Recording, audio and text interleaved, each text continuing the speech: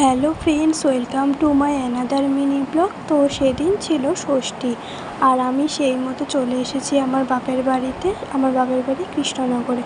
তো মা বাপিকে নিয়ে বেরিয়ে পড়েছি ঠাকুর দেখার উদ্দেশ্যে। তো প্রথমেই আমরা চলে গিয়েছিলাম কৃষ্ণনগর রাজবাড়িতে। তো কারা কারা কৃষ্ণনগরে থাকো অবশ্যই কমেন্ট করে জানিও। তো দেখো, সবাইকে একটু তোমাদের দেখিয়ে দিলাম, মা, বাপি, অসিত, প্রতাপ, বুনু সবাইকেই দেখিয়ে দিলাম। এটা হচ্ছে আমাদের কৃষ্ণনগরের রাজমাতা। তো পুরো দালানটাও তোমাদের দেখিয়ে দিলাম, যেটুকু পারলাম তোমাদের সাথে শেয়ার করলাম। তারপরে এই রাজবাড়ি থেকে আমরা বেরিয়ে গেলাম।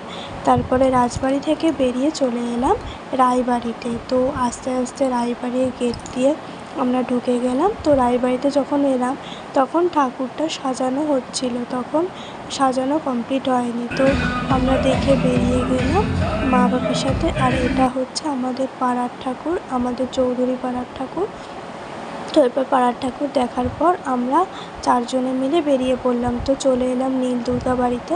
এটা আমার ভাইয়ের বাড়ি। তো দেখো, সবাই মিলে আমরা বেশ গল্প করছিলাম, মজা করছিলাম। তারপর সেখান থেকে বেরিয়ে আমরা রাতের বেলা বেরোলাম বাতকুল্লার উদ্দেশ্যে।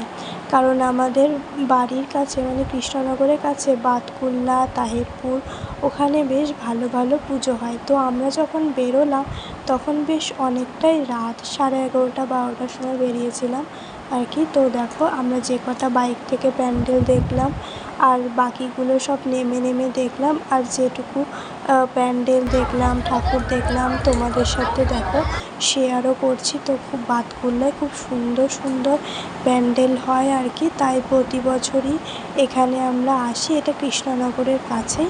তারপরে দেখো, এই প্যান্ডেলটা থেকেও বেরিয়ে গেলাম। আর এই প্যান্ডেলের সামনে বেশ মেলা টেলা বসেছিল, আমরা একটু খাওয়া দাওয়া করলাম। তারপরে আবারও সেই প্যান্ডেল থেকে চলে এলাম তাহিরপুরে। এ দেখো, তাহিরপুরের ঠাকুরটাও তোমাদের প্যান্ডেলটাও দেখিয়ে দিলাম।